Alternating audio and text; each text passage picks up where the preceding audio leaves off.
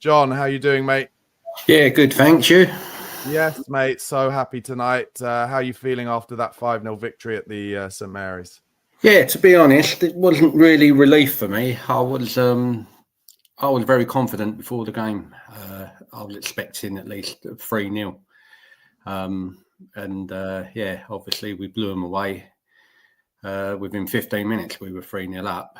But yeah, second half, he done the right thing, I think. You know, I said. Do you think? Sorry to interrupt, John. Do you think he actively at halftime said, "Just slow down, just take your rest"? Yeah, definitely. I really do. Yeah, from a sort of entertaining point of view of watching, you know, it wasn't a great thing to get excited about the second half. But I knew after the first 5 minutes of the second half that this was how it was going to be. They've got to look after themselves. We've got too many injuries, and you know, you're saying earlier about could we go on a run? I don't think we can with the amount of injuries we've got. You know, strength and depth on the bench just ain't there at the moment, really, to go on a good run against good teams.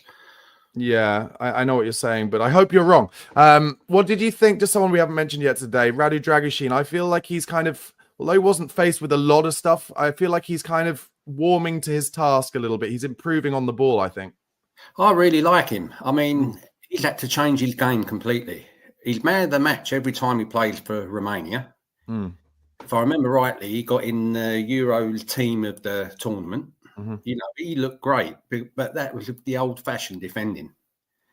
And he's had to change his game, and it's going to take him time. But I can only see him getting better and better the more he plays, the more he gets used to playing how he's being told to play.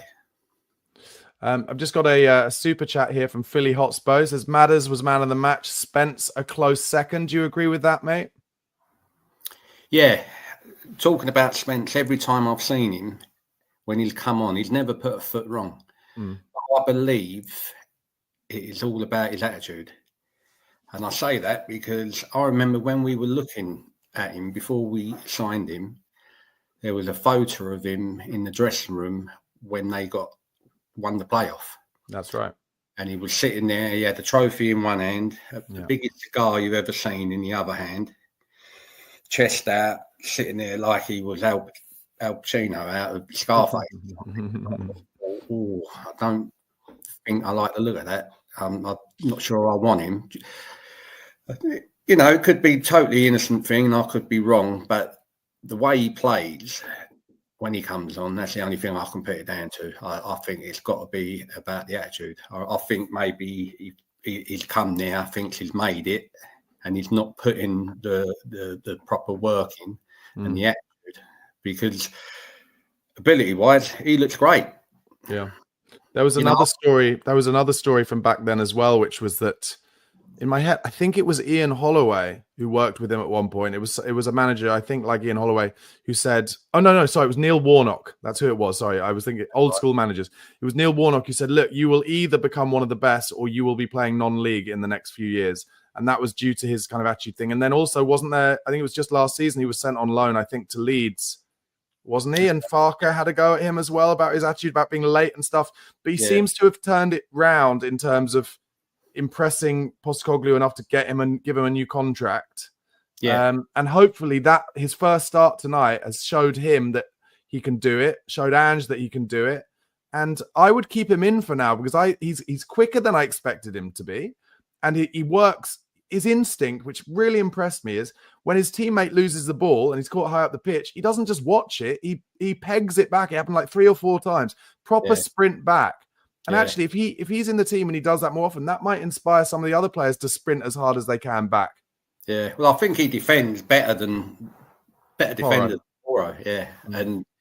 And like with him setting up the first goal tonight, you know, he's good going forward as well. So, you know, he's definitely worth keeping and definitely worth, if he's not going to start, putting him on, you know, still putting him on in games. He's certainly not a weakness at all. Yeah. And John, obviously January is only about 15 days away now. What kind of thing, if Spurs are going to spend some money in January, where should we prioritise? Well, I'm not a massive fan with Werner out on the wing. And to be honest, even though he's done great and scored a lot of goals, and he's great at getting on the far post and tapping Johnson, as a winger for me, he doesn't do enough in games.